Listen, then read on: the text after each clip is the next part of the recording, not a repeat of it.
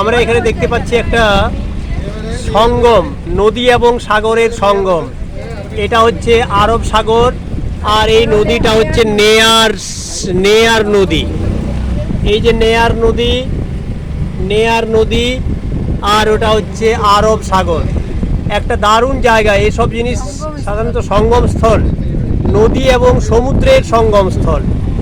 এইটা হচ্ছে নদী, দেখতে পাচ্ছি আমরা নদী। এটা নদী, এটা নদী, এটা নদী, এই নদী যাচ্ছে, আর এটা নদী। এই সাইডে আমরা ঢেউ দেখতে পাচ্ছি। এটা যে সঙ্গমস্থল, এখানে নদী এবং আরব সাগর, নেয়ার নদী এবং আরব সাগরের মিলনস্থল।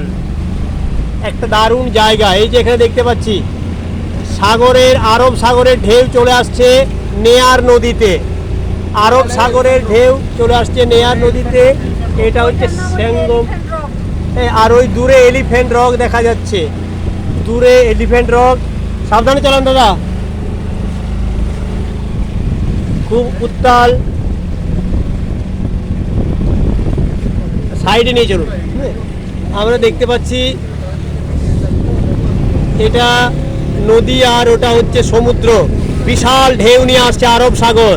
আর এদিকে নদী যদিও শান্ত, তবুও সেই আরব সাগরের ঢেউয়ে নদীর জল আন্দোলিত হচ্ছে। নদীর জলেও যেন ঢেউ উঠেছে। আরব সাগরের ঢেউ এসে নদীর জলকে আন্দোলিত করছে।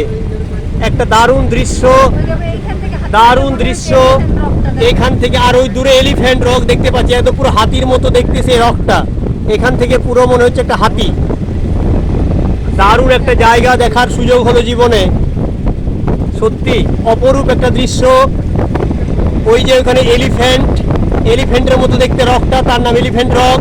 সেখান থেকে আরব সাগরের ঢেউ চলে আসছে নেয়ার নদীতে। কেরালার নেয়ার নদীতে চলে আসছে আরব সাগরের ঢেউ। এটা হচ্ছে তাহলে এটা যে সঙ্গম স্থল, নদী এবং সাগরের সঙ্গম স্থল।